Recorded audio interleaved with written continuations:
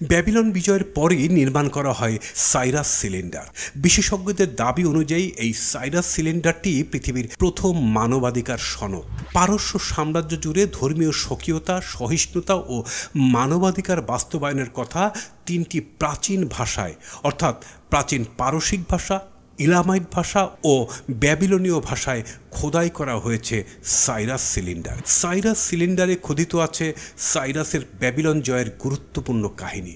এই সিলিন্ডারের লেখা তথ্য মতে ব্যাবিলনের দেবতা মারদুককে অস্বীকার করার জন্য নেবুনিদাসকে শাস্তি দেওয়ার উদ্দেশ্যে দেবতা মারদুকের নির্দেশেই সাইরাস ব্যাবিলনের পথে অগ্রসর হয়েছিল। ব্যাবিলন জয়ের আগেই সাইরাস আয়োনিয়া, পার্থিয়া, ব্যাকট্রিয়া, সাকাই, গান্ধার, আর্মেনিয়া ইত্যাদি অধিকার করেছিলেন।